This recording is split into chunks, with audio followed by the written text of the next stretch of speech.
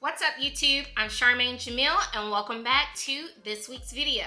This week's video, I really wanted to share 3 tips to help you prevent the feeling of regret from really overtaking your emotions. I really wanted to film this video because this week I was sitting in traffic and I was just kind of letting my mind wander about, things that I wish I knew in my 20s, things that I wish I knew sooner. And that really was going to be the video, my top 4 things that I wish I knew in my early 20s. But as I was thinking about this list, the feeling of regret started to set in.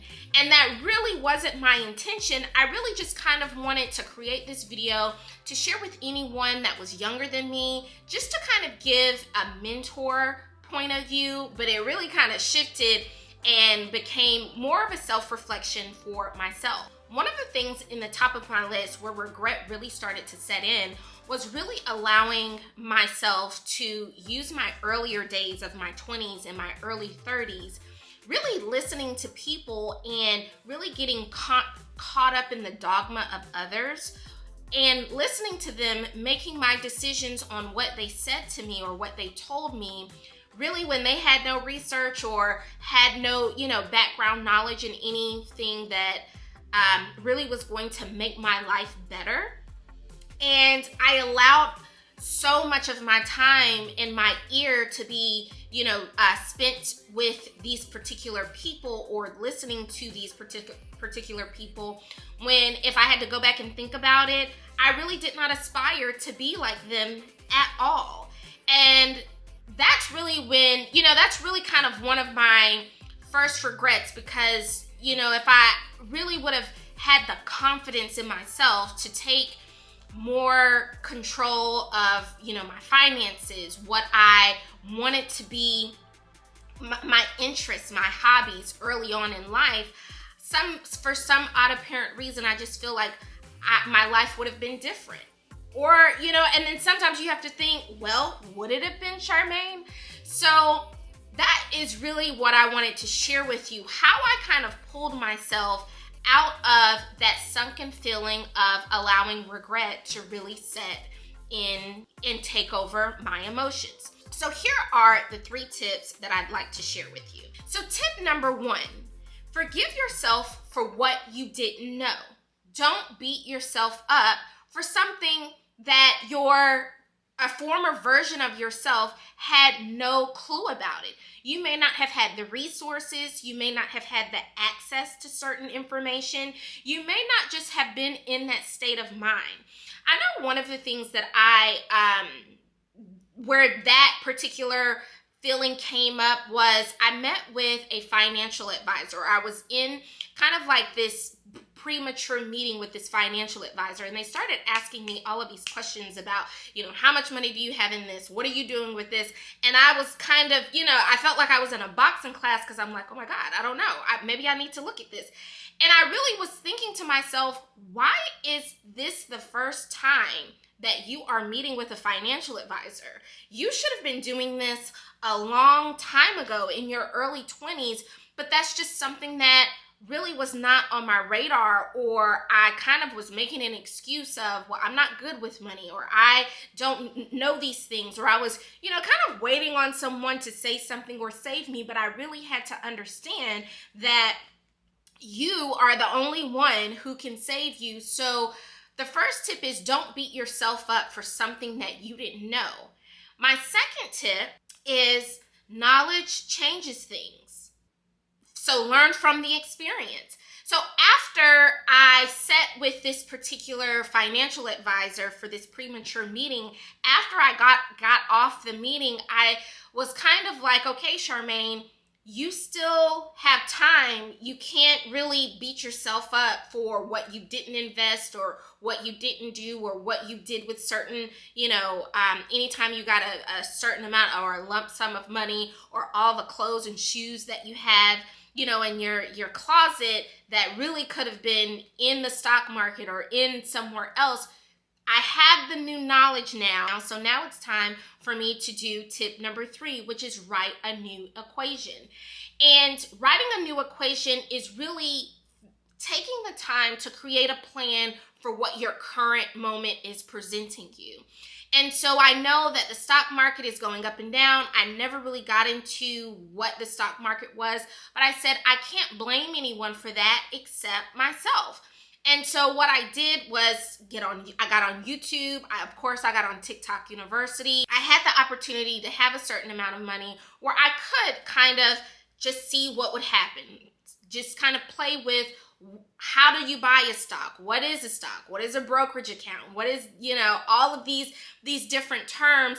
But even though I had no clue about what was going on, the more I read, the more I looked, the more I listened to what this person said or what that person said, and or listening to that premature financial advisor meeting, then I started to have a little bit more confidence in myself after I started listening to some of the same things that they were saying once I start making a lot of connections.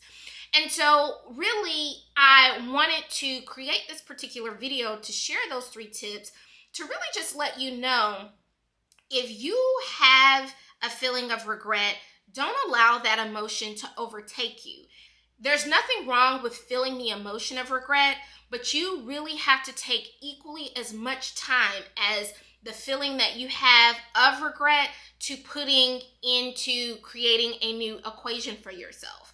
And that really can just start with writing just a small 3-step plan, whether that's what you can do to change some things within that week, what you can do to change some things within that month, and then you just keep expanding, whether it's 3 months, 6 months, or a year.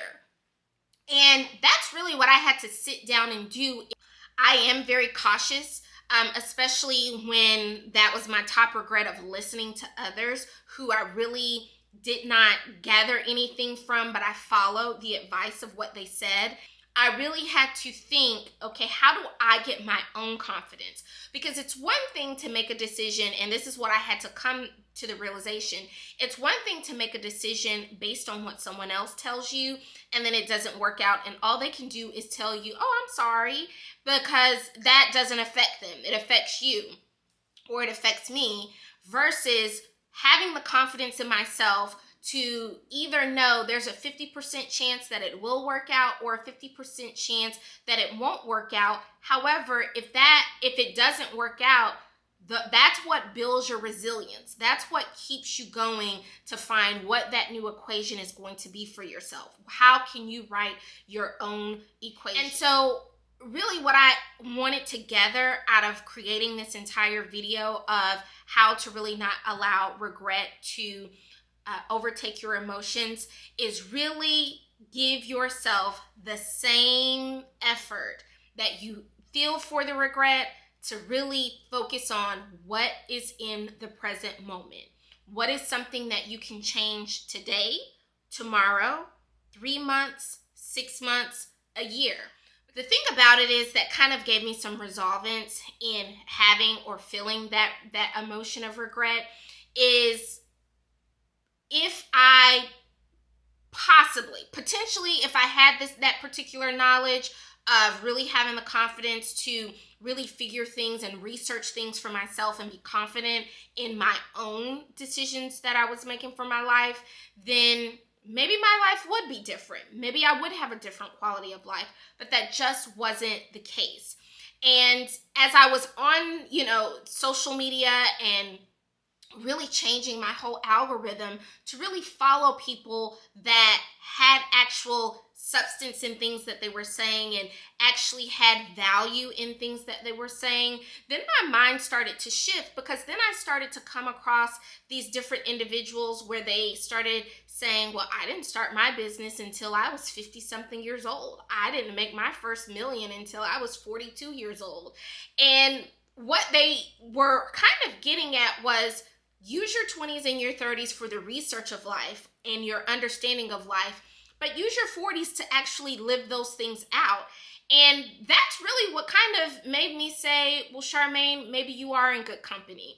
Maybe you have more of a discernment and more of a protection about yourself of when you do start to make these confident steps and these confident moves, then now you are going to be very particular about who you share that information with, who you allow in your circle, who you will, communicate, who you actually listen to, and really shift your perspective on what you value in your own life.